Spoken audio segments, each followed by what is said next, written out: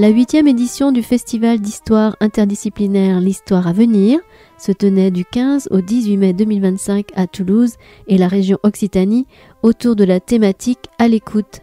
Nous vous proposons d'entendre l'une de ces rencontres et tables rondes dans le cadre de la sous-thématique pérenne « Histoire et démocratie ».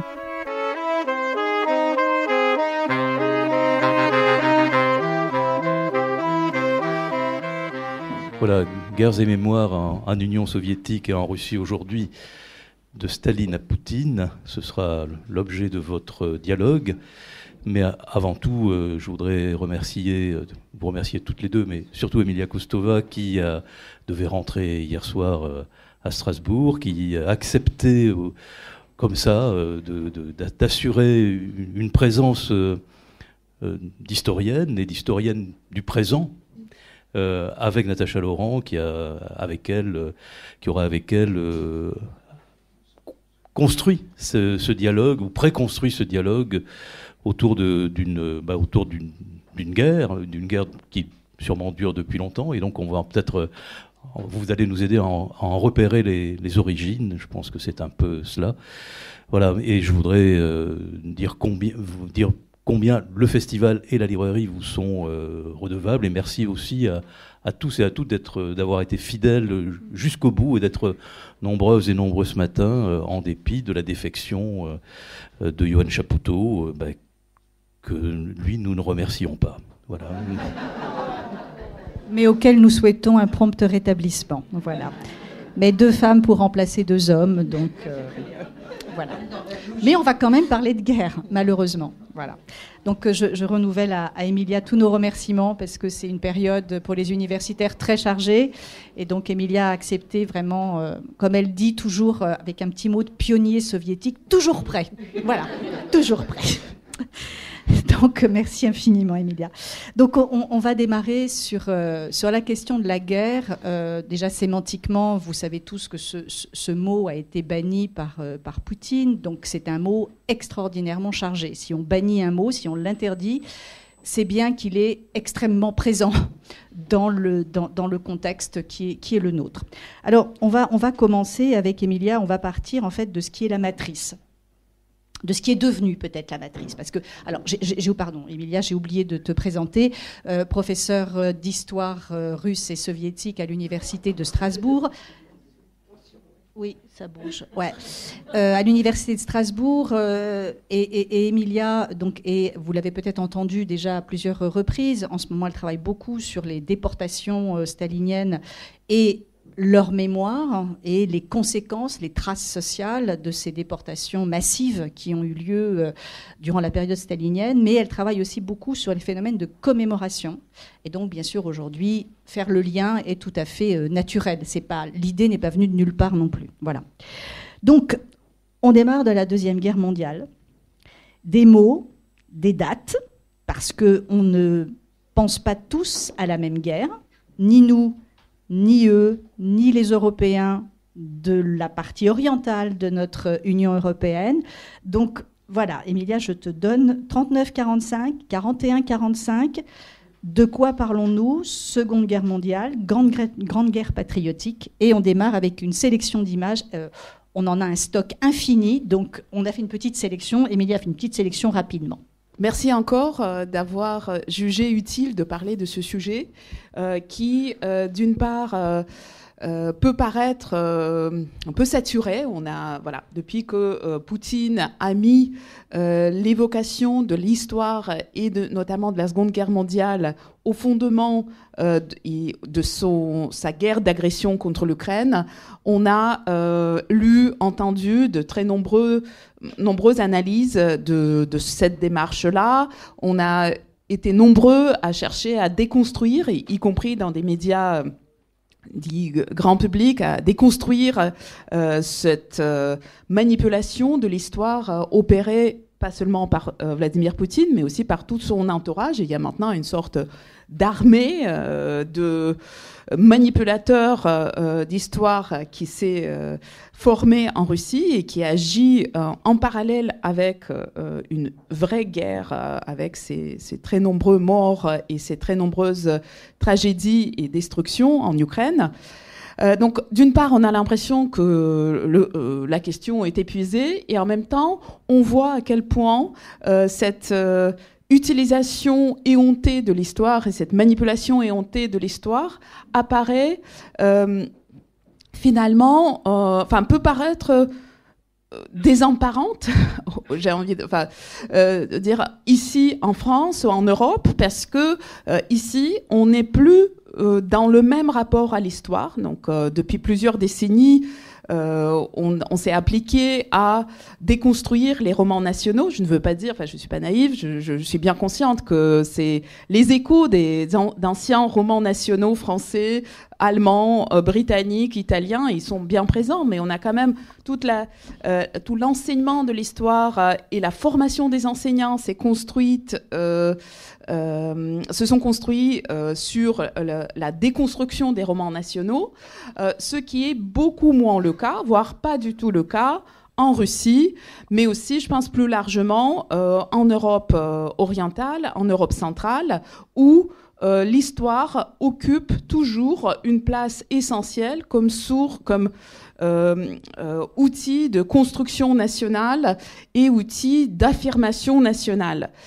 Alors, quand je dis que c'est pas seulement en Russie, je ne veux absolument pas mettre sur le même plan ce qui se fait en matière du récit historique en Russie aujourd'hui avec ce qui se fait, par exemple, en Lituanie ou en Pologne ou en Hongrie. Tout simplement, le rapport à l'histoire me semble similaire. Après, c'est Vladimir Poutine et la Russie de Vladimir Poutine qui est allée depuis une dizaine d'années beaucoup plus vite et beaucoup plus loin, de façon vraiment incomparablement plus loin dans cette instrumentalisation de l'histoire. Ça, c'était mon introduction. Donc maintenant, dans cette instrumentalisation et désormais falsification de l'histoire et son utilisation pour légitimer la guerre contre l'Ukraine, évidemment, il y a un épisode qui occupe une place centrale. Vous le savez, c'est la Seconde Guerre mondiale. Donc c'est pour cela quand on a imaginé à l'improviste cette conversation, ça s'est imposé comme une évidence qu'il fallait bien sûr parler de la Seconde Guerre mondiale et de sa mémoire. Mais on a opté pour un pluriel, et ce pluriel nous semble très important avec Natacha. Pluriel pour le mot guerre, pluriel pour le mot mémoire. Pour le mot guerre, parce que, au prime abord, il s'agit de la Seconde Guerre mondiale, celle de Staline, entre autres, et ensuite de sa mémoire en URSS, puis en Russie, et puis donc l'instrumentalisation de cette mémoire pour légitimer la guerre d'agression de Poutine contre l'Ukraine. Mais en réalité, les guerres sont multiples et les mémoires le sont aussi. Pourquoi sont-elles multiples ? Il y a déjà cette double guerre et double mémoire qu'a évoqué Natacha, qui en fait peut être exprimée en citant les deux noms qu'on donne aux mêmes événements, mais pas tout à fait. C'est-à-dire, d'une part, donc c'est l'expression que j'ai utilisée jusqu'à présent, la Seconde Guerre mondiale, donc 39-45. Sauf que, vous le savez très probablement, en Russie et en URSS, on a toujours parlé, ou la plupart du temps, l'expression Seconde Guerre mondiale existait bien, mais on parlait surtout de la Grande Guerre patriotique, qui, elle, commençait non pas le 1er septembre 1939, mais le 22 juin 1941, avec l'invasion nazie.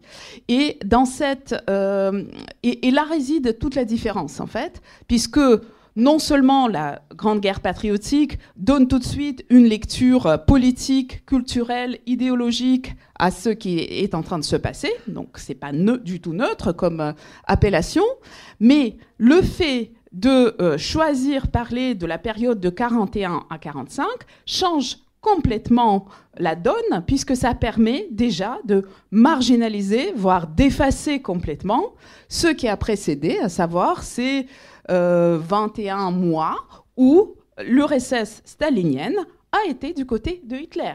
Et non seulement elle a été du côté de Hitler suite au pacte Molotov-Ribbentrop, donc en tant que allié de fait, mais en plus, l'URSS de Staline a participé réellement avec les armes à la Seconde Guerre mondiale, donc du côté de Hitler, en attaquant ses voisins. D'abord la Pologne, qui est déjà l'objet de l'agression nazie en septembre 1939. Le 17 septembre 1939, les troupes soviétiques traversent la frontière soviéto-polonaise et donc attaquent l'État polonais qui est en train de subir cette débâcle qui est tout à fait compréhensible puisque la Pologne n'est pas en mesure de résister à la machine de guerre hitlérienne. Mais maintenant, la Pologne est en plus attaquée par des troupes venant de l'Est.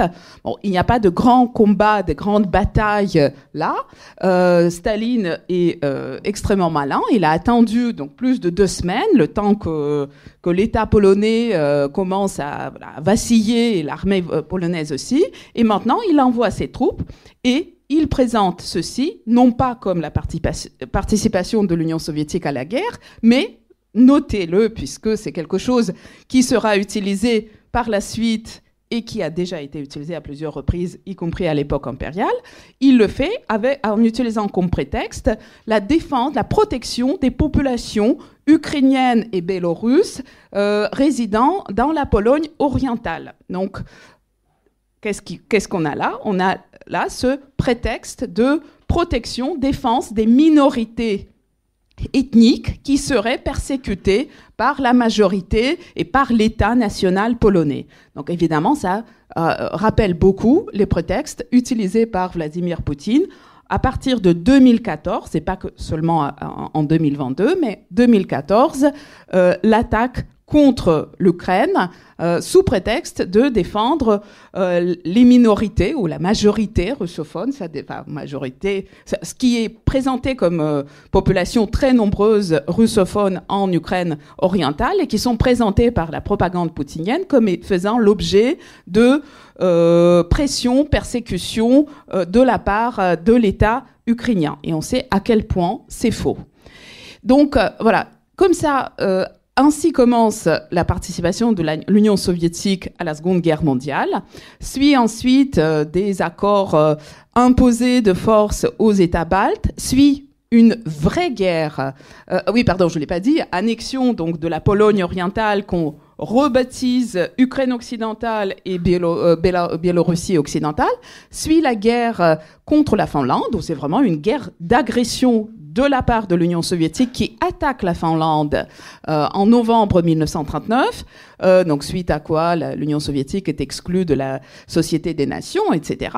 Et puis, donc, jusqu'en juin 1941, quand, à son tour, l'Union soviétique fait l'objet d'une attaque allemande. Alors, avant de passer après 41, j'aimerais bien qu'on revienne sur la guerre de Finlande, enfin sur les guerres de Finlande, parce que c'est vrai que c'est quelque chose qui est un petit peu, qui n'est pas forcément au centre de notre attention et qui fait écho vraiment directement à la mobilisation de la Finlande aujourd'hui aux côtés de l'Ukraine, très très tôt, et souvent on conduit un parallèle entre la guerre de Finlande, enfin les guerres menées par l'Union soviétique contre la Finlande et la guerre menée actuellement, et surtout la résistance, la façon dont la Finlande a résisté. Alors, elle a perdu une des guerres, mais elle a quand même incroyablement résisté, ce tout petit pays, face à l'immensité soviétique. Tu peux nous rappeler peut-être quelques éléments ? Oui. Alors, la guerre, cette guerre dite d'hiver, déclenchée par l'Union soviétique, là, à nouveau, on pourrait trouver, même dès le départ, on peut trouver des éléments qui entrent en écho, en résonance avec ce qu'on vit depuis 10 ans. Ce sont en fait Staline formule des prétentions, des exigences territoriales. Donc, il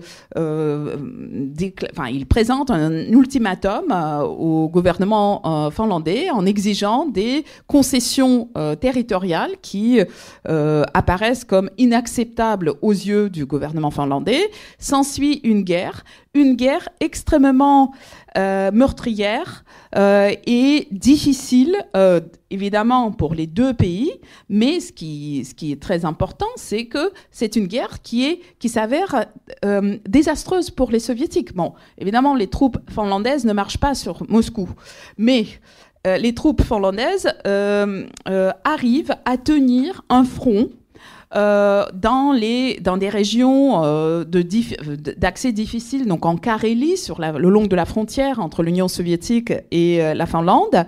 Donc ça se passe en hiver, et on découvre là que les troupes soviétiques sont très mal préparées.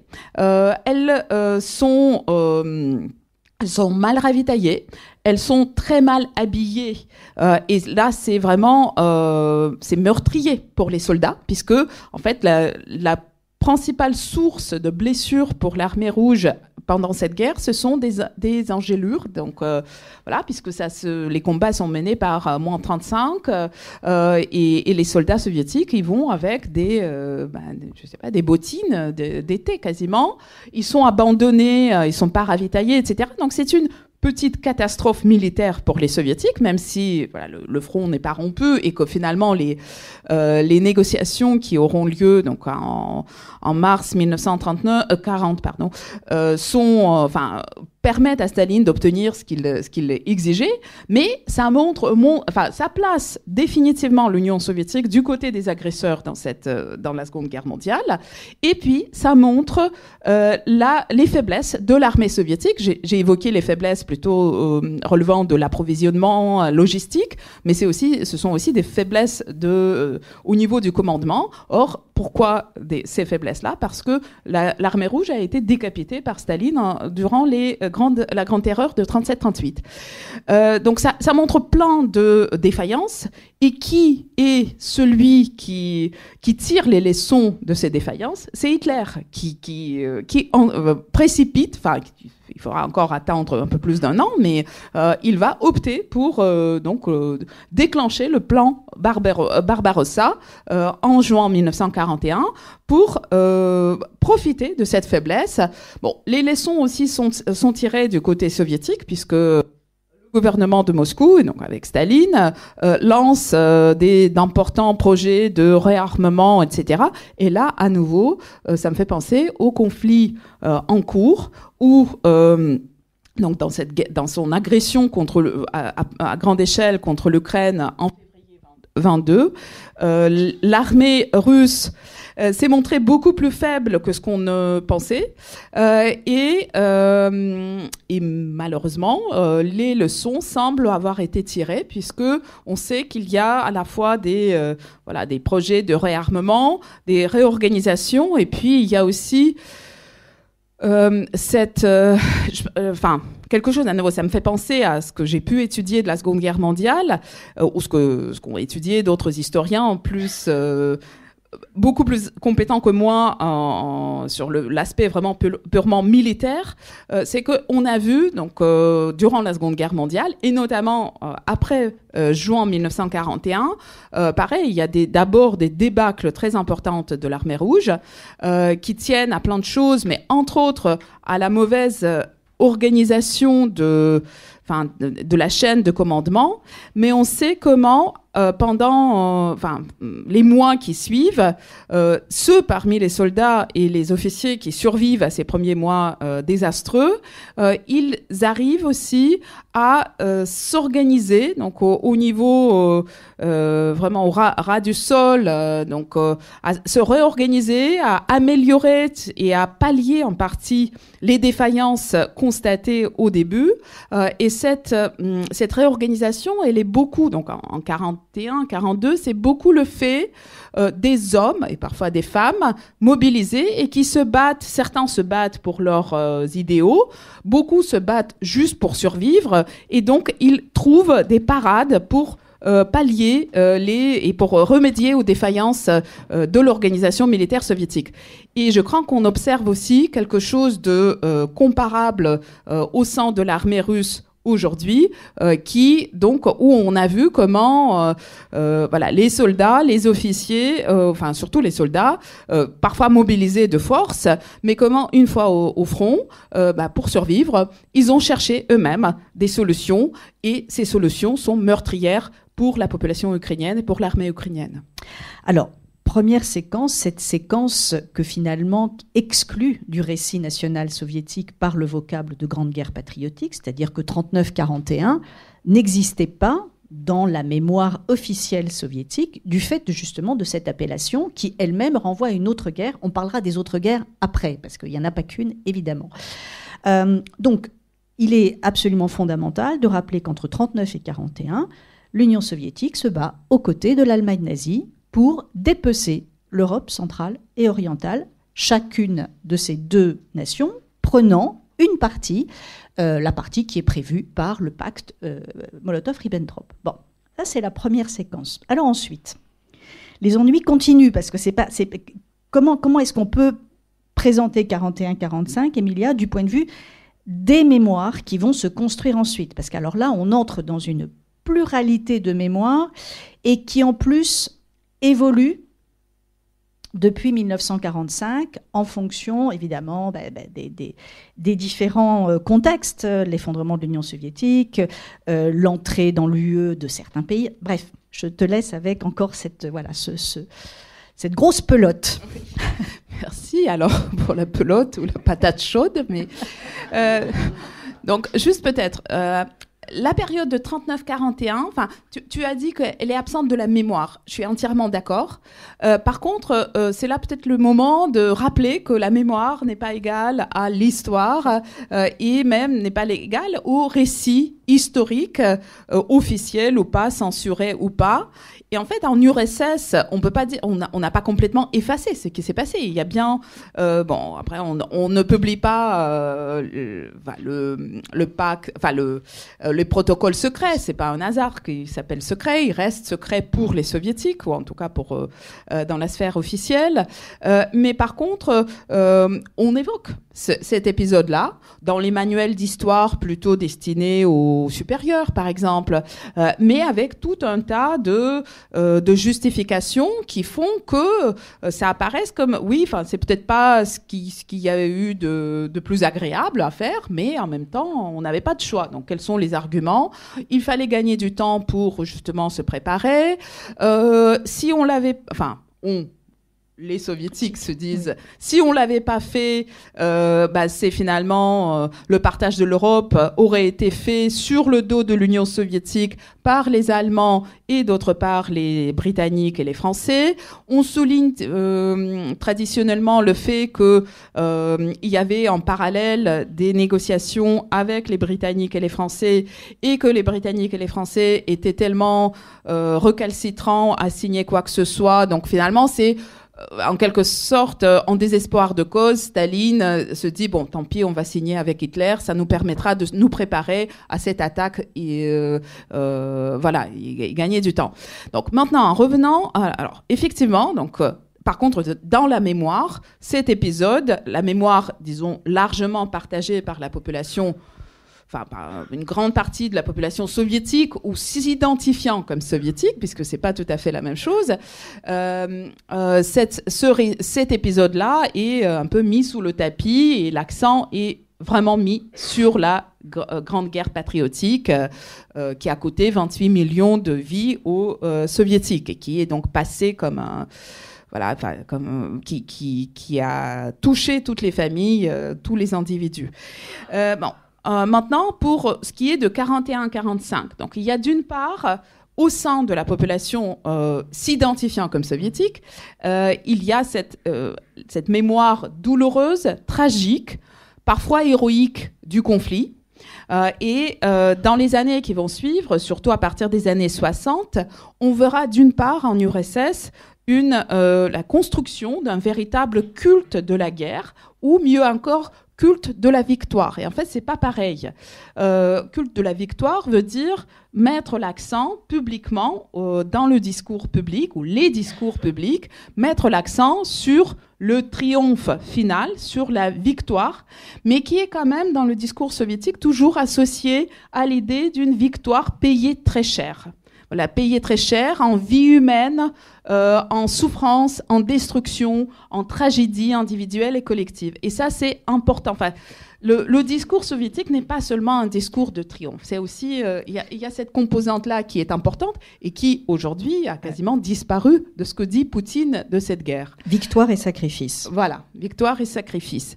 Bon, je pense que sacrifice n'est pas égal à la souffrance, parce que sacrifice, ça veut dire que ce sont des individus qui se sacrifient pour une cause qui les dépasse, et cette cause, c'est sauver l'Union soviétique, défendre la patrie soviétique ou russe.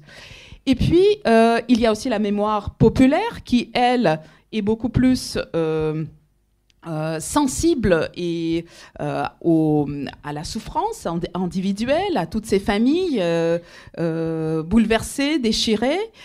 Et cette mémoire se maintient aussi. Elle n'est pas complètement absente de la sphère culturelle, justement. Il y a la littérature, le cinéma, et Natacha pourrait en parler certainement bien mieux que moi, mais c'est présent. Et il y a une sorte, enfin, je ne sais pas si on peut parler d'un équilibre, mais il y a quand même les deux. Ceci dit, déjà, même dans cette mémoire populaire, beaucoup plus sensible aux souffrances individuelles, il y a beaucoup d'épisodes, beaucoup de pages qui sont effacés ou marginalisés ou passés sous silence gêné. Et donc ça, ce sont autant des mémoires constituées ou pas comme telles. De quoi s'agit-il ? Il s'agit notamment de l'expérience des populations dans les territoires occupés.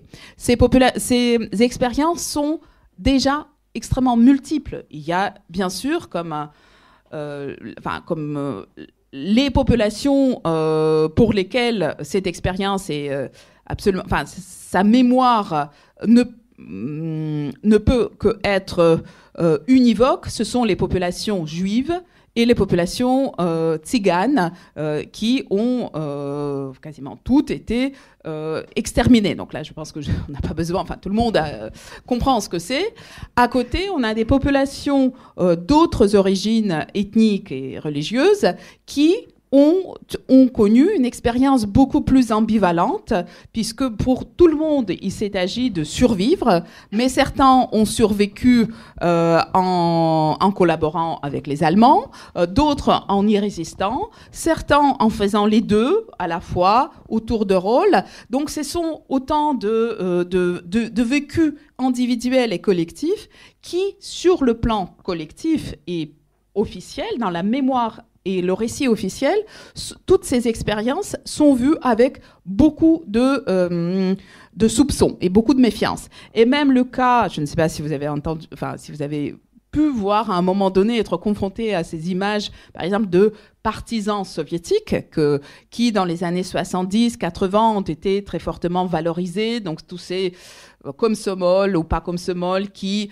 derrière les lignes du front, se battent pour nuire à l'ennemi et ainsi contribuer à la future victoire soviétique. Même ce récit-là et cet imaginaire-là, que moi j'ai connu enfant, donc dans les années 80, c'était parfaitement implanté, diffusé, très présent.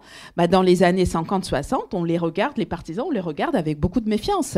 Et ça met du temps à ce culte du partisan comme résistant, ce culte, il met du temps à se construire. Donc on voit déjà que même pour les personnes et les groupes qui, a priori,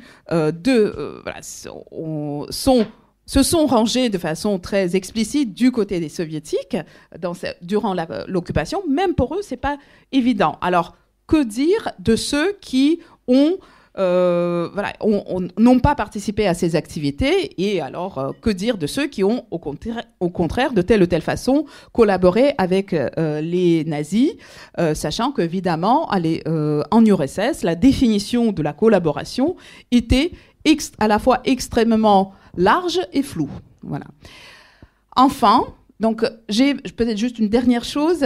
Voilà, j'ai évoqué à plusieurs reprises, j'ai parlé à plusieurs reprises des populations qui s'identifient comme soviétiques, parce que ce n'est absolument pas le cas de tous ceux qui sont comptés comme les soviétiques par Moscou.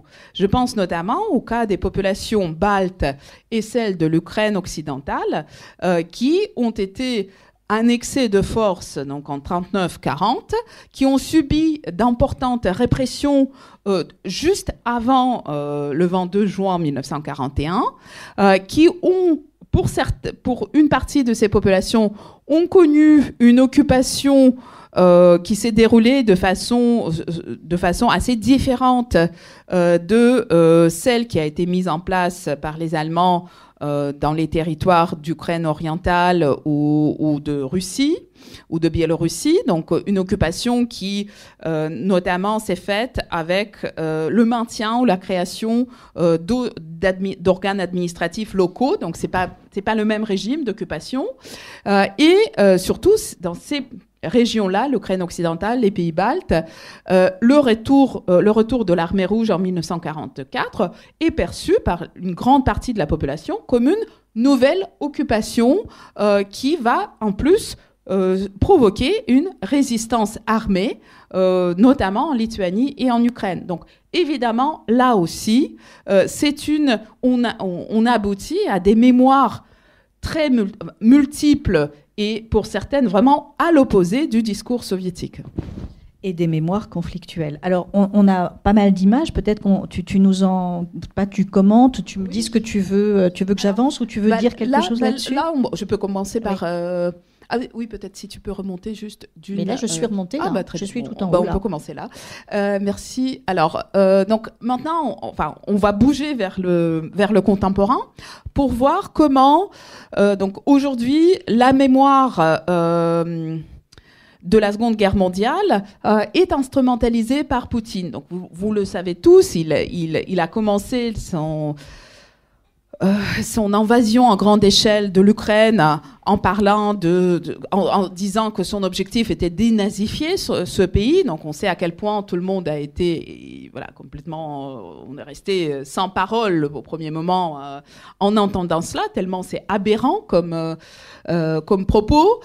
Bien entendu, ça faisait référence à la Seconde Guerre mondiale. Et depuis, mais c'est pas nouveau, en réalité c'est quelque chose qui s'est déjà mis en place dans les années 2010.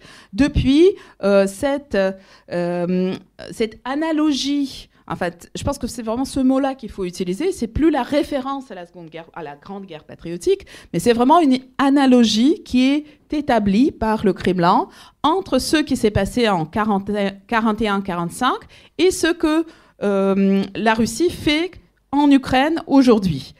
Donc une véritable analogie qui est construite notamment en mettant en parallèle, donc en mettant sur le même plan les combattants russes d'aujourd'hui, qu'on appelle les participants à l'opération spéciale militaire, et les combattants de l'armée rouge de 41-45. Donc on va beaucoup jouer là-dessus, et donc par exemple lors du défilé qui s'est tenu il y a 10 jours à Moscou, à l'occasion de la commémoration de la victoire, on a fait défiler les combattants, les soldats d'aujourd'hui décorés pour leur actes de guerre commis en Ukraine.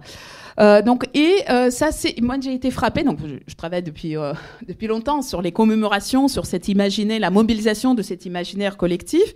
Si on a le temps, on verra que déjà en 2014 c'était présent, mais moi je m'attendais pas à que cette récupération soit aussi directe, aussi rapide, aussi, j'ai envie de dire, aussi primitive. C'est-à-dire que c'est vraiment, on le verra. En fait, c'est une série de 130, j'ai analysé à un moment donné une série de 130 affiches qui ont été publiées sur le site du ministère de la Défense russe, comme des fichiers en haute résolution que vous pouvez aussi imprimer, afficher chez vous, dans vos écoles, dans vos bureaux. Donc, on est vraiment invité à se saisir de cette matière. Dans les entrées d'immeubles.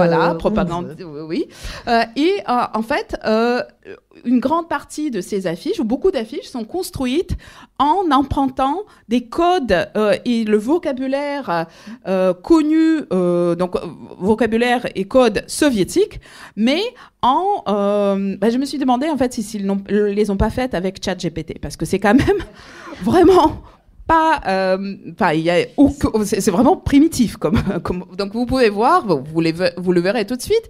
Donc là, ce sont quelques affiches soviétiques qui sont ce qu'elles sont, mais je continue à penser que il y en avait parmi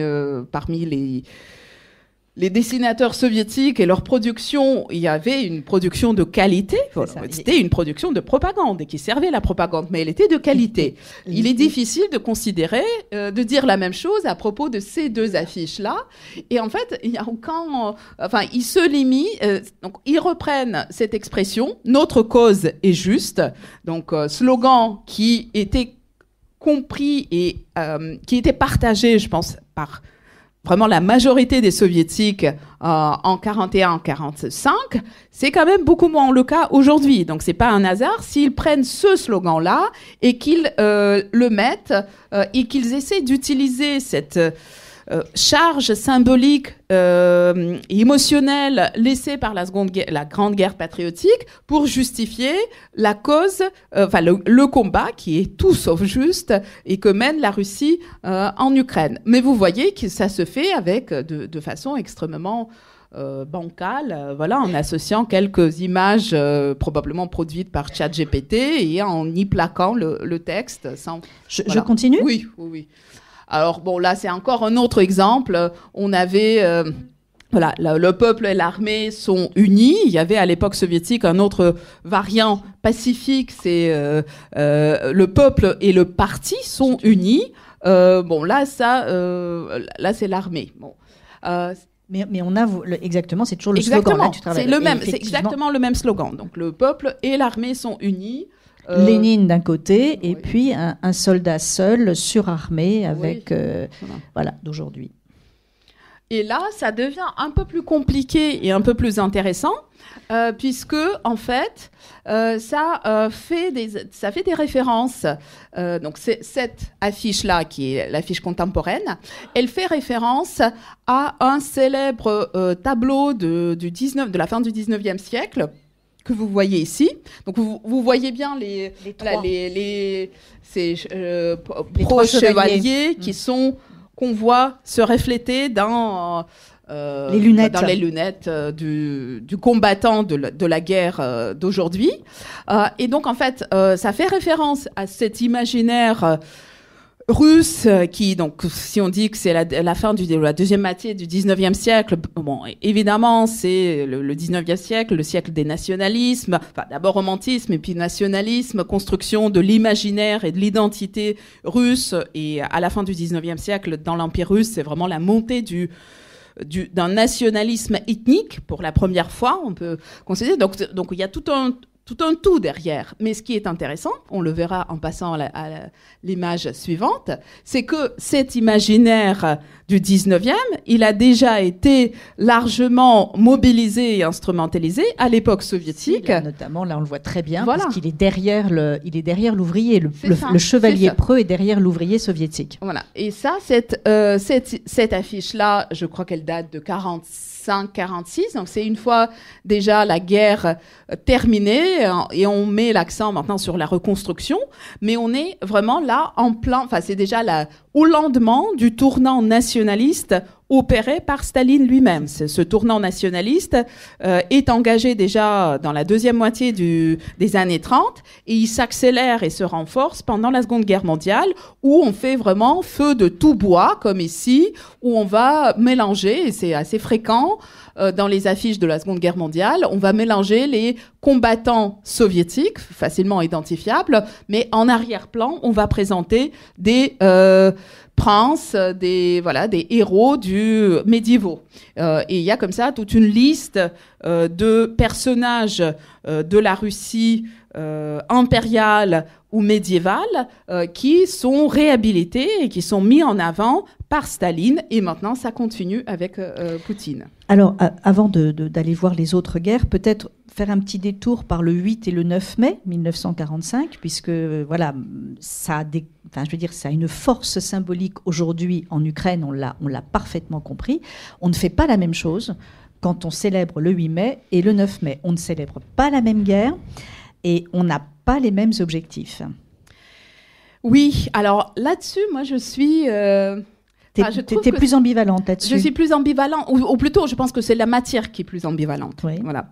C'est-à-dire que il me semble que aujourd'hui c'est clair. Et dans un pays comme l'Ukraine, c'est évident. Le 9 mai, c'est le culte de la guerre et de la victoire soviétique aujourd'hui mobilisé pour détruire l'Ukraine. Donc ça c'est. Et le 8 mai, c'est cette journée de commémoration et finalement qui est devenue une journée de réconciliation en Europe. L'Ukraine, en choisissant la voie européenne, elle choisit très logiquement, et même déjà avant le début de l'agression à grande échelle de la part de la Russie, elle avait choisi d'introduire aussi des commémorations du 8 mai pour à la fois ne pas... tout en conservant le 9 mai, pour ne pas couper de façon trop brutale avec la tradition quand même bien implantée. Là, j'ai à nouveau envie de rappeler que cette mémoire tragique de la guerre, elle était bien présente. C'était pas que de la propagande, c'était quelque chose qui était porté aussi par beaucoup de gens nés et grandis en URSS. Et ces générations-là sont encore là, y compris en Ukraine. Et ces générations-là, pour beaucoup, sont attachées à cette mémoire et ne sont pas prêtes à la balayer, ou n'étaient pas prêtes, en tout cas, jusqu'au 24 février 2022, à les balayer comme ça, à y rejeter. D'où la solution, qui me semble très juste et sage, d'avoir ces deux dates, avec peut-être un projet de finalement se diriger vers, ne garder qu'une seule, le 8 mai. Alors, donc pourquoi je disais que ça me semble ambivalent, c'est que je ne pense pas que de façon que le 9 mai est en quelque sorte une date maintenant si, probablement, mais que ce n'était pas une date définitivement et dès le début condamnée à rester une date servant à glorifier le grand État russe. Je pense qu'à l'époque soviétique, cette date, elle a pu être vécue et célébrée, commémorée que célébrée. Enfin, l'État célébrait, les populations souvent commémoraient cette date de façon finalement beaucoup plus complexe qu'aujourd'hui. Et là, je me permets peut-être de me présenter comme témoin, mais voilà, j'ai grandi à Moscou dans les années 80. J'avais dans ma propre famille j'avais mon grand-père qui avait combattu. Je ne l'ai pas connu, il était mort avant. Ma grand-mère a été très fortement touchée par la guerre, etc. Donc, on avait dans notre famille cette mémoire-là. Elle n'était absolument pas l'objet de quelconque glorification de quoi que ce soit. Le 9 mai, c'était une journée de tragédie individuelle, de tragédie collective. J'ai été quelquefois amenée par ma grand-mère sur la place, non pas la place Rouge, mais un autre endroit pas loin de la place Rouge, où se retrouvaient les anciens combattants. Voilà, et l'émotion qui était perceptible là, telle que je l'ai retenue en étant enfant, c'était le deuil, un recueillement, une immense tristesse et joie, comme le disait une des chansons soviétiques, une joie avec des larmes aux yeux. Donc, et je pense que c'est ça, le 9 mai, c'était souvent plutôt cela, je pense, pour beaucoup de soviétiques, que les défilés qui, depuis 1965, étaient organisés tous les 10 ans. C'était pas tous les ans, c'était tous les 10 ans sur la place Rouge. Donc, bon, après, il y avait aussi le discours officiel, mais même ce discours-là, il était quand même plus ambigu que ce que n'est le discours poutinien. Mais ce que tu nous dis là est très, très utile pour comprendre justement ce que c'est qu'un processus d'instrumentalisation, voire d'appropriation, voire de privatisation, peut-être aussi d'une mémoire, parce que c'est pas simplement une transformation, c'est véritablement détournement, quoi. Un détournement, une subversion, j'ai envie de dire, une subversion. Donc, par contre, je pense que maintenant, cette mémoire, ce 9 mai, étant donné l'ampleur de son instrumentalisation et subversion par Vladimir Poutine, cette date-là est probablement définitivement compromise. C'est ça. Et on l'a vu, c'était très frappant et très intéressant. Les réactions qu'on a pu lire. Bon, après, moi, j'ai du mal à travailler. Enfin, je suis pas formée, je suis historienne, je suis pas formée pour travailler avec ce type de sources comme voilà, les réseaux sociaux, les blogs, etc. Parce que bon, se pose évidemment la question de non seulement de représentativité, mais tout simplement, voilà, comment on fait, enfin, qu'est-ce qu'on considère comme plus ou moins parlant, non pas pour juste un individu, mais plus. Mais si on regardait, par exemple, des réactions des populations russophones des pays baltes, bon, il y a une partie de ces populations qui sont pro-russes, et ça inquiète beaucoup les gouvernements de ces pays. Mais il y avait aussi par exemple des jeunes en Lettonie, je me souviens d'un reportage de Medusa, publié en mai 2022, donc la première commémoration de la victoire après le début de la guerre à grande échelle en Ukraine.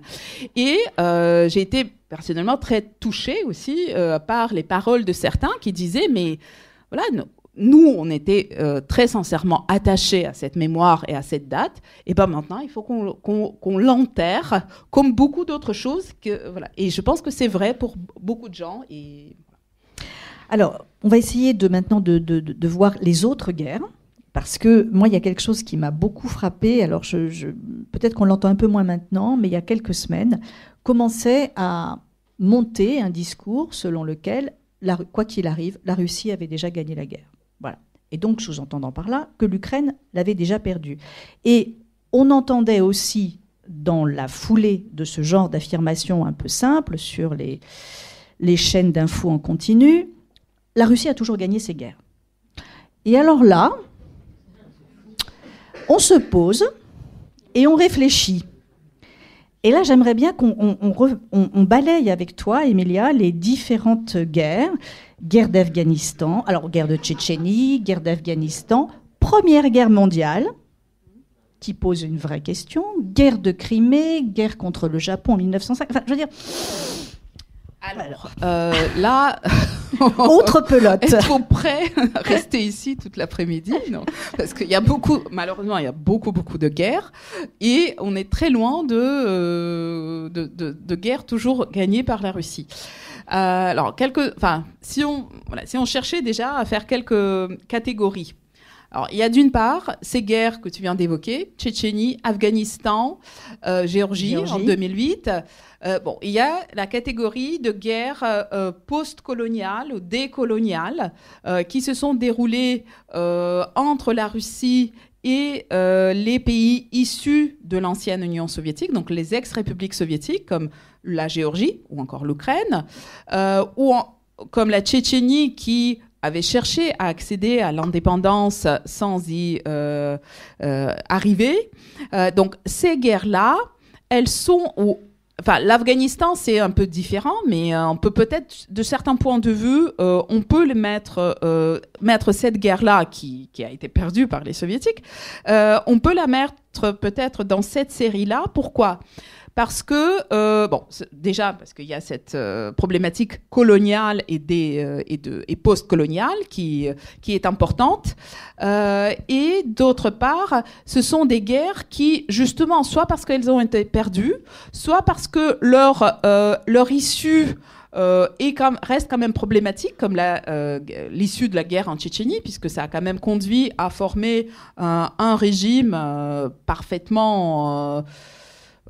mafieux, terroriste, totalitaire, en Tchétchénie, et qui échappe presque complètement au contrôle de Moscou, ce qui évidemment n'est pas du goût, y compris de l'entourage de Poutine. Voilà. Bon. Donc l'issue en certaines est problématique, et aussi la façon dont ces guerres ont été menées. Bon, je ne suis pas sûre que c'est...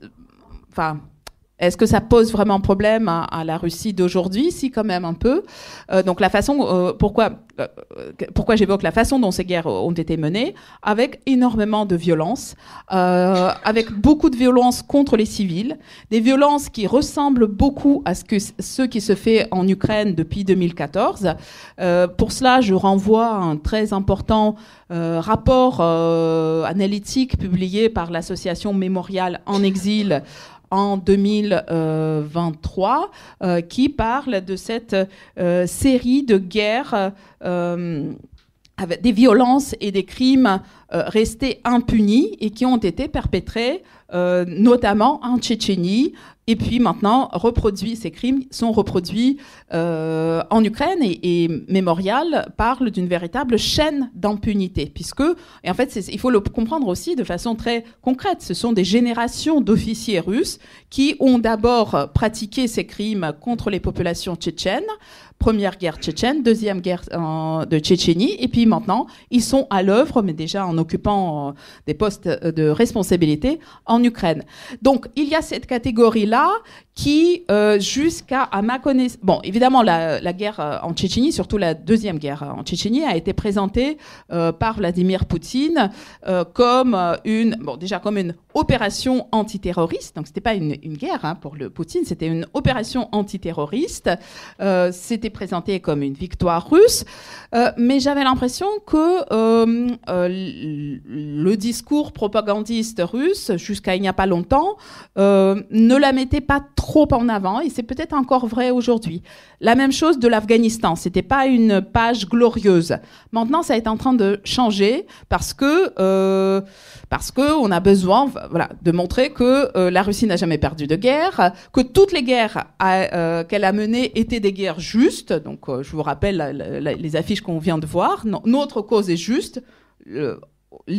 Pour Vladimir Poutine, sa cause ou leur cause a été juste partout, que ce soit contre l'Allemagne en 1941 ou contre les Afghans ou contre les Tchétchènes. Voilà. Puis il y a une autre catégorie, ce sont des guerres qui ont été donc des guerres parfois très éloignées dans le temps et qui sont relues à l'aune de la guerre d'aujourd'hui, ou à l'aune, non pas où, mais et à l'aune de la Grande Guerre patriotique, où finalement, ce qui conduit finalement à présenter toute l'histoire russe jusqu'au Moyen-Âge comme étant une suite de guerres justes pendant lesquelles la Russie, ou la Moscovie, puis la Russie, puis l'Union soviétique, se sont défendus contre l'étranger menaçant. Et selon le moment, on va mettre l'accent sur le fait que cet étranger menaçant, c'est l'Occident. Et dans cette suite-là, j'évoquerai deux choses. Une, c'est la guerre russo-suédoise de 1700-1721. Vous avez peut-être entendu parler, puisqu'on l'évoque ces derniers temps, parce qu'il y a un épisode ukrainien, qui se passe en Ukraine, parce qu'il y a aussi le poème de Pouchkine, Poltava, il y a plein de choses, il y a plein de fils à tirer. Ce que je vais retenir de cette histoire complexe, c'est ce que Poutine en a retenu en 2022, donc déjà quelques mois après le début de sa guerre à grande échelle contre l'Ukraine. Il a parlé, en inaugurant une exposition dédiée à Pierre Ier, donc qui a gagné cette guerre russo-suédoise et qui est devenu empereur suite à cette guerre et grâce à cette guerre. Donc Poutine, il a souligné que Pierre Ier a mené une guerre contre la Suède, mais non pas pour envahir des territoires, mais pour reprendre ce qui avait toujours appartenu à la Russie et ce qui lui aurait été subtilisé par ses voisins occidentaux qui auraient profité d'un moment de faiblesse. Et là, à nouveau, on a clairement un parallèle avec ce que Poutine dit de la guerre en cours pour dire ça nous a toujours appartenu. On a eu un moment de faiblesse dans les années 90 à cause des Occidentaux et de de ce qu'ils nous ont cherché à nous vendre comme rêve démocratique. Ils nous ont affaiblis exprès et maintenant on est en train de reprendre ce qui nous appartient. Et ça, vous comprenez à quel point c'est dangereux. Et puis, une autre guerre qu'on pourrait évoquer, si on a le temps et on a quelques images, c'est la Première Guerre mondiale, qui est vraiment... Bon, là, c'est encore... c'est toujours ces emprunts. affiches. Ouais. Voilà, après, on a... Russe versus russien. Oui, bon, oui, ça, on ne là, va pas rentrer. C'est encore un... Non, voilà. c'est encore autre... là, je pense qu'on n'a pas le temps de le commenter, mais on pourrait, s'il y a des questions, on pourrait revenir. En fait, cette suite-là, c'est la Seconde Guerre mondiale, évidemment, qui est mise en avant, mais après... avec ce défilé qui s'est déroulé en 2017, mais c'est pas le seul, c'est juste... Ouais. Mais ça, c'est déjà intéressant. Ouais. Voilà, on a on peut voir d'ailleurs cette représentation du roman national tel qu'il est visualisé, si tu passes aux suivantes. Là, c'est encore la Seconde Guerre mondiale, mais ici, dans le même défilé... Ah oui, tout ça, c'est la Seconde Guerre mondiale, donc les milices mobilisées, et puis, mais on inclut, si tu continues, voilà, on inclut l'histoire médiévale, tout y passe. Bon, ce qui est intéressant et curieux, c'est que tout cela a lieu le 7 novembre 2017. Or, le 7 novembre, c'est la commémoration de la Révolution. Et la Révolution, elle est unie par Poutine. Donc, ce qu'il a fait, c'est vraiment une sorte de captation, mais c'est assez, c'est vraiment là, chapeau. C'est habile, hein. C'est très habile. Il a fait, bon, du coup, comme j'ai commencé à en parler, excuse-moi, est-ce qu'on peut au contraire revenir en arrière, parce que je commenterai l'image avec celle-ci, la précédente. Voilà. Qu'a-t-il fait avec le 7 novembre, cette commémoration, cette fête nationale qu'il voulait plus continuer à fêter, et en même temps, il n'osait pas tout simplement la supprimer, parce qu'on a quand même l'habitude de se réunir le 7 novembre pour manger, boire, rencontrer les proches. Voilà. Donc, qu'a-t-il fait? Il a transformé au début des années 2000 le 7 novembre en journée de commémoration du défilé militaire qui s'est tenu sur la place Rouge le 7 novembre 1941. Donc, il a réussi l'impossible, c'est-à-dire rattacher la mémoire de la Révolution, ou la commémoration de la Révolution, à la mémoire de la Seconde Guerre mondiale. Et là, par exemple, et ce défilé du 7 novembre 1941, il a été immortalisé, entre autres, par les peintres, parce que ça a été un moment de remobilisation des Soviétiques face aux Allemands qui étaient aux portes de Moscou, etc. Et donc, en fait, on a maintenant le 7 novembre qui est la journée où on commémore une commémoration. Voilà. Donc, alors... Donc là, c'est tout ce qui se passe le 7 novembre. Et donc, c'est la Première Guerre mondiale. On voudrait arriver à la Première Guerre mondiale. Ça, c'est les bagatelles. Les chevaliers. 1812, n'est-ce pas? C'est important quand même. Hein. C'est la Première Guerre. La Russie a toujours gagné toutes ces guerres. Hein. Bien sûr. Première Guerre patriotique. Et là, on arrive à la Première Guerre mondiale. Alors, ça, c'est un autre morceau, parce que Première Guerre mondiale qui a été écrasée pendant la période soviétique par la mémoire de la Révolution, et qui maintenant, qu'est-ce qui lui arrive? Alors, cette Première Guerre mondiale, elle permet de voir que ce qui est devenu aujourd'hui évident et dont on a beaucoup parlé, à partir du 24 février 2022, c'est quelque chose qui se préparait dès le début des années 2010. Et ça est devenu parfait. Ce travail de réécriture et de falsification et d'instrumentalisation de l'histoire, tous ces efforts-là sont devenus déjà très visible en 2014, quand la guerre contre l'Ukraine en réalité a commencé, mais à une échelle plus réduite. Et en fait, le hasard a voulu que le début de l'agression contre l'Ukraine coïncide avec le premier centenaire de la Première Guerre mondiale. Guerre oubliée, comme l'a dit Alexandre Zumpf dans son ouvrage, guerre problématique, puisque finalement la Russie l'a perdue, mais pas tellement sur le champ des batailles, mais à cause de la Révolution. Et en termes de territoire, en termes de population, parce que c'est quand même 800 000 km² qu'elle perd à ce moment-là. C'est pas rien quand même. Non, c'est pas rien. Cette guerre, cette guerre conduit à l'éclatement de l'Empire russe, donc voilà, vraiment problématique. Et le centenaire de la Première Guerre mondiale, il est préparé en Russie depuis un bon... Enfin, il y a eu beaucoup de choses en préparation, déjà avant le début du conflit en Ukraine. C'est ça qui est important de souligner. Il y a eu beaucoup de choses très intéressantes. Il y avait eu des belles expos, voilà. Mais il y a eu aussi déjà un premier effort de propagande pour promouvoir la mémoire ou pour créer, en fait, la mémoire de cette guerre, quasiment inexistante, mais la créer tout de suite dans les tonalités, en suivant un schéma qui permettait de mobiliser cette référence à des buts de la propagande. Alors, et c'est là que donc, le conflit contre l'Ukraine commence.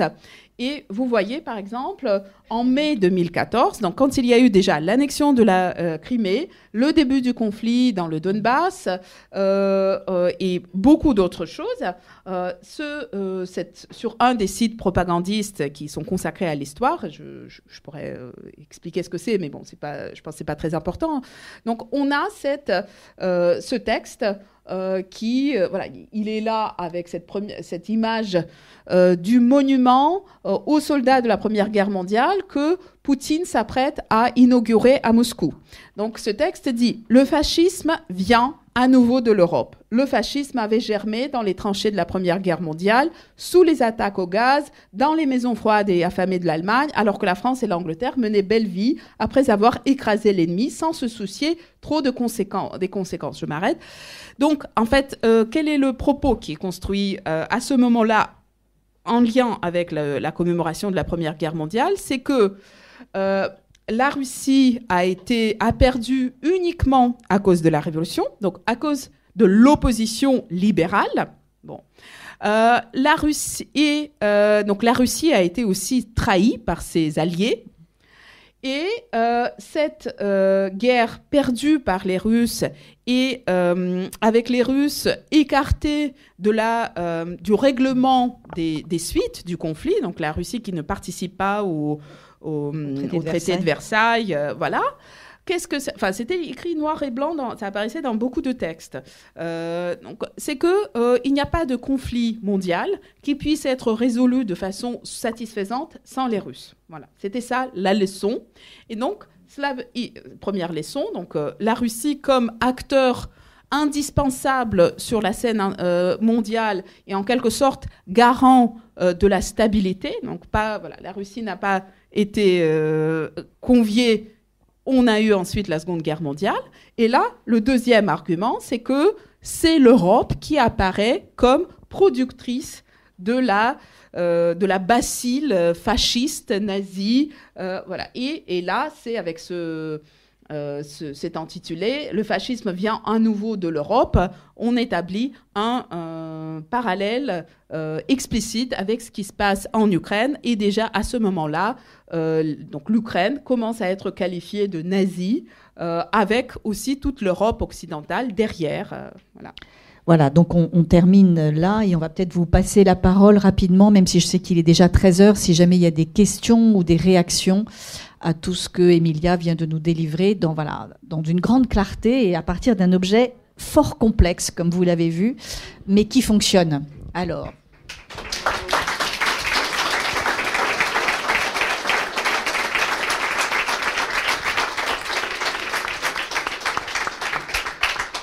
Voilà, je pense qu'on peut avoir 5-10 minutes. S'il y a quelques questions, il y en a 2, je vois 2, 3.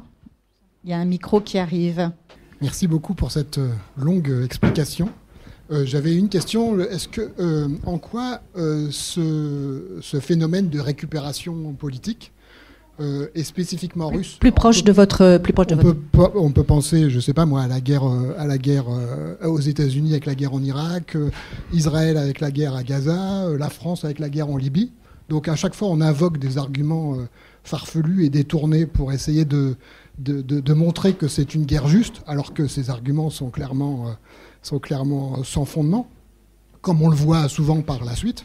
Et de la même manière, au niveau des récupérations de la commémoration, tous les ans, il y a au 14 juillet en France un défilé militaire, alors que le défilé militaire n'a pas grand-chose à voir avec la Révolution, qui est elle-même disons, au niveau en tout cas de l'imaginaire, voilà, et au contraire quelque chose, une sorte de révolte contre le pouvoir en place. Et c'est pas du tout ça le défilé militaire. Donc en quoi tout ce que vous nous avez présenté, qui est effectivement factuellement observable aujourd'hui, est spécifiquement russe? Ou est-ce que c'est simplement pour se dire, voilà, le grand méchant, il est à côté de chez nous, mais chez nous, tout va bien? Alors, merci pour cette série de questions. Alors, je pense qu'il y a plusieurs choses à dire. C'est d'une part, je pense que je ne suis pas du tout en train de dire que c'est vraiment réservé aux Russes ou ni même réservé à la Russie de Poutine. Bon, déjà, de toute façon, réservé aux Russes, moi, je ne crois absolument pas dans des explications du type essentialiste, biologique, ou voilà, telle nation se comporte toujours comme ça et telle autre nation ou groupe ethnique se comporte toujours de telle ou telle façon. Non, pas du tout. Mais même, évidemment, ce n'est pas réservé, ce n'est pas le monopole de Vladimir Poutine ou du Kremlin que d'utiliser la référence à l'histoire, que de chercher dans l'histoire des justifications à des guerres en cours, ni à utiliser les défilés militaires. Entièrement d'accord avec ça. Tout de même, il me semble que, justement, dans la Russie poutinienne, j'ouvre une parenthèse, je ne suis absolument pas spécialiste des politiques de la mémoire en Chine ou aux États-Unis ou en Israël ou ailleurs encore. Donc, il me semble cependant que la Russie de Poutine, aujourd'hui, est allée vraiment très loin et fait quand même une sorte d'obsession avec l'histoire. En fait, on a souvent répété que ces dernières années, qu'en réalité, Vladimir Poutine, il n'a pas d'idéologie. Enfin, comment le qualifierait-on? Est-il de gauche? Est-il de droite? Il mélange pas mal de choses, il combine des approches, il a des politiques sociales qui peuvent, en partie, pourraient être qualifiées de gauche pour certaines. En même temps, il est ultra-libéral, mais avec un État très important. Enfin, voilà, donc pas d'idéologie véritable, si ce n'est cette nostalgie d'une Russie forte qu'il s'agit de retrouver et qu'on construit à partir de cette référence au passé. Et ça, c'est déjà, je pense que je ne pense pas que ce soit cela l'approche trumpienne. Je ne pense pas non plus, mais je connais très mal, que ce soit l'approche l'approche du gouvernement de Netanyahou. Voilà, c'est pas tout. Il y a peut-être en Europe d'autres terrains où cette référence à l'histoire est bien plus et elle aussi très présente. Je pense à la Hongrie, par exemple, avec aussi cette nostalgie de l'Empire, etc. Voilà. D'une part, c'est un degré qui est très élevé dans le cas russe, et d'autre part, je suis persuadée que le rapport à l'histoire est quand même très différent en Russie, mais pas que en Russie, en Europe orientale. Moi, je vois aussi des expressions de ce rapport-là en Ukraine, en Lituanie, en Pologne. C'est ce rapport à l'histoire comme étant le rapport très 19e siècle, voilà, avec à la fois une volonté de construire une continuité qui remonte le plus loin possible dans le temps. Enfin, aujourd'hui, on organise un défilé militaire le 14 juillet, mais on ne va pas célébrer les Gaulois. Enfin, on ne fait pas défiler les Gaulois, voilà. Et dommage, peut-être. Voilà. Il y aurait... Non, mais... Et par ailleurs, ce que vous dites sur le défilé, je suis entièrement d'accord avec vous. C'est en quelque sorte une subversion de la Révolution française, enfin, évidemment. Mais je pense que là, on est plutôt sur la question de tradition symbolique, rituelle, cet outillage rituel qui, finalement, il n'est pas facile de rénover. Peut-être une ou une deuxième question, parce qu'on a tous... le festival n'est pas terminé, il y a encore des événements cet après-midi au Théâtre Garonne, il faut qu'on trouve le temps de manger un tout petit peu, donc voilà. Oui, j'ai une question. Qu'est-ce qu'il y a cet après-midi au Garonne? À 14h ou 14h30, Boucheron-Laurentin, et à 14h, la clôture, je vous y invite. 16h, qu'est-ce que j'ai dit 14, oui, bon, 16h, la recherche en résistance, voilà, et pas simplement du côté des États-Unis, naturellement, puisque on se doute bien que la recherche, et pas simplement historique en Russie, va très mal. Voilà. S'il n'y a pas d'autres questions, Si, il y a une question, pardon. Donc la Russie, après l'effondrement de l'Union soviétique, elle a récupéré le siège de membre permanent du Conseil de sécurité, elle a récupéré l'arsenal nucléaire soviétique et bien d'autres attributs de l'ex-URSS, enfin de l'ancien État soviétique, mais elle a aussi récupérer la mémoire de l'Union soviétique. Or, l'Union soviétique, c'est 15 États aujourd'hui, 5 républiques sécessionnistes, hein, si on rajoute en plus Donbass, etc., Transnistrie et tout ça. Qu'en est-il des mémoires dans ces territoires ex-soviétiques, mais qui sont plus russes, mais qui sont pas russes? Bon, là, il faut qu'on apporte les sandwichs, là. Parce que... Et du café, je pense, pour la salle, en tout cas. Bon, merci. Alors, moi, déjà, je n'ajouterai pas les républiques sécessionnistes et notamment le Donbass. Il n'y aurait pas eu la Russie, il n'y aurait pas eu de gouvernement sécessionniste de Lugansk ou de Donetsk. Bon, et alors, bon, il y a d'une part les pays baltes qui ont complètement rompu avec le discours avec la mémoire soviétique et qui ont construit ou reconstruit leur propre roman national, la plupart du temps à l'opposé, donc en prenant à contre-pied le récit soviétique. Bon, ça c'est pour les 3 pays baltes. Le Bélarus de Loukachenko est proche de la Russie, donc c'est à peu près la même chose, avec un rôle vraiment peut-être encore plus central de la Seconde Guerre mondiale, et aussi avec la référence au Grand-Duché de Lituanie, qui est une histoire très intéressante, mais qu'on ne va pas développer ici. Et puis, donc, l'Ukraine a très vite cherché à construire son récit historique qui n'était pas en rupture totale avec le récit soviétique, mais qui en même temps permettait de redécouvrir et de commémorer certains épisodes parmi lesquels, on peut pas l'appeler épisode, c'est une immense tragédie de la famine de Holodomor, qui a occupé dès les années 90 une place très importante dans la mémoire historique ukrainienne. Il y a d'autres choses que je vais pas nommer parce qu'on n'a pas le temps.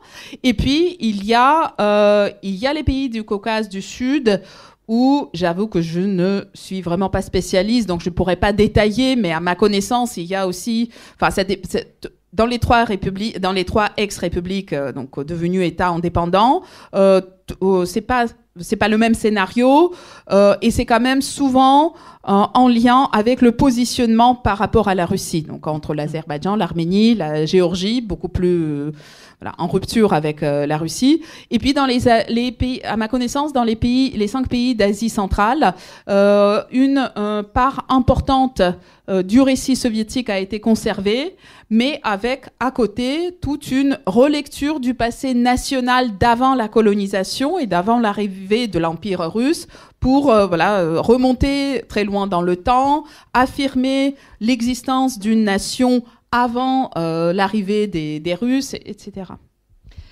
Je crois qu'on va s'arrêter là. Un immense merci à Emilia et à vous aussi.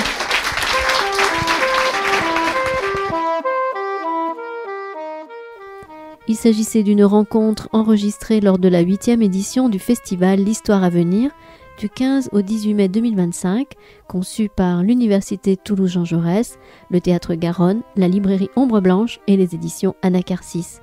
Réalisation et mise en onde, Radio Radio.